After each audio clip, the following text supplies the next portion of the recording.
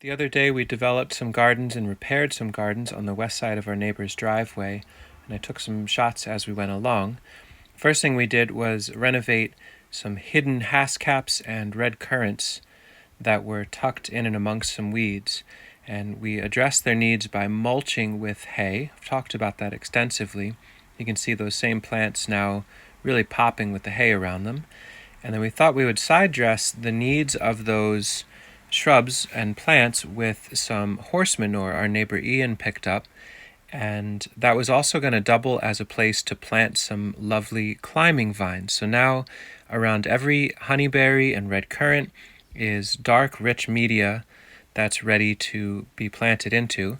He came over with the tractor and scooped some up, and that moved it along very quickly. We used these old terracotta chimney pieces to make some planters as well. We'll plant those out another day. That's going to be a great garden bed there. We went to the other side of the driveway to start harvesting from a drainage ditch that was there. And what Ian did is ran his machine through the tractor and scooped this really rich, silty vegetative material so that we could hold more water on the other side of the driveway and bring that fertility to the lighter side here. We basically dumped it upside down. We're going to add some more soil to that and seed it out. You can see each scoop allows for more water holding eventually in the drainage area, but then brings that fertility to where it can be used. So it's harvesting a really nice yield of rich silted material to build a Three Sisters style garden bed on this side. We'll talk about that more in a moment.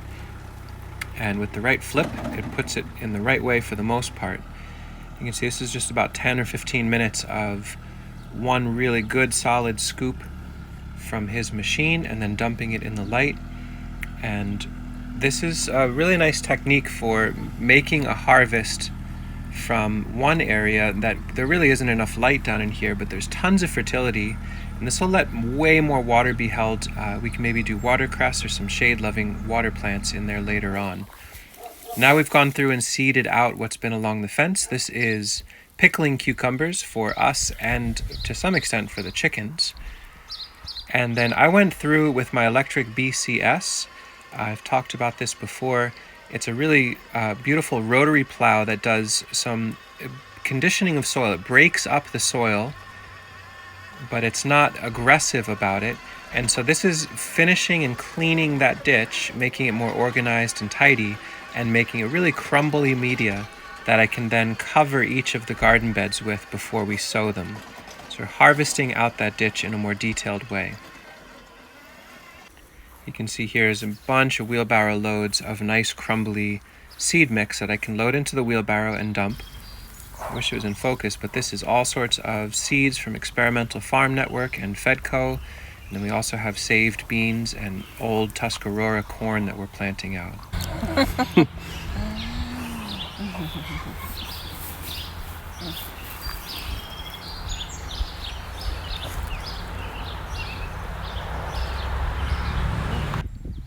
And things are planted.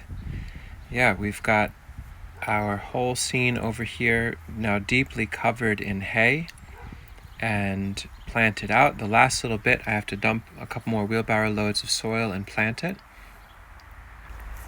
And the BCS did a wonderful job following the tractor. We were able to sort stones out. We'll use that for water holding a little bit later. And we'll renovate this a bit more, but now this ditch can receive so much more water and capture so much more silt. In about roughly 5 hours of work, we are at a good pause place for this phase of the project. I'm calling it done for now. Still a ton of other things to do. Each of these terracotta containers could be filled with compost or put in nasturtiums or sweet potatoes or some sort of sprawling lovely in that regard, but that hasn't been done yet. There's more digging on the far end all the way down to the road if we choose to and send more material elsewhere. But for now, this really substantial windrow of dug out material to help hold more water in the ditch is now fully seeded, and all of the horse manure along the fence line is fully seeded.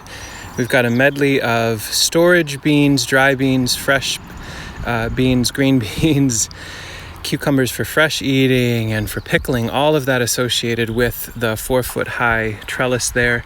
That'll be mainly for us, but also for the hens. That goes all the way down the line. And then this berm has a wide mixture of tromboncino, summer squash that could also be a winter squash. There's summer saffron, summer squash in here, like big, sprawling, ground-covering, broad-leafed, fast, heat-loving annuals all throughout. There's sorghum seeded onto the top, so we've got a tap-rooting or a heart fibrous rooting, drought-tolerant cover that we could use as mulch as needed or harvest the crop. There are semi-climbing Tuscarora Nation bread beans that can weave their way through the sorghum throughout all that, and then also traditional Tuscarora white flint corn planted all throughout as well. So vaguely Three Sisters-ish with some variations on the theme, and that should be all set. I think there's enough deep mulch on this, and the seeds were pushed in really deeply while the soil was fresh. If we had left this soil bare even for a full day without seeding it, well, here's an example. This is just 5 hours later, and it already looks like, well, there's the side facing the earth, and then there's the side facing the sun. This is already getting dusty enough to not hold seed very well. So that's critical when it's 90 degrees out, blazing sun, dry temperature. Dump the soil and get it seeded immediately, a little bit deeper than usual, and then mulch very liberally. This dry, loose hay should keep the moisture in there enough for those plants to germinate. Fingers crossed there's enough moisture there and that we actually get some rain at some point. There is no rain forecast for the next 10 days. We see 90 degrees a couple of those days.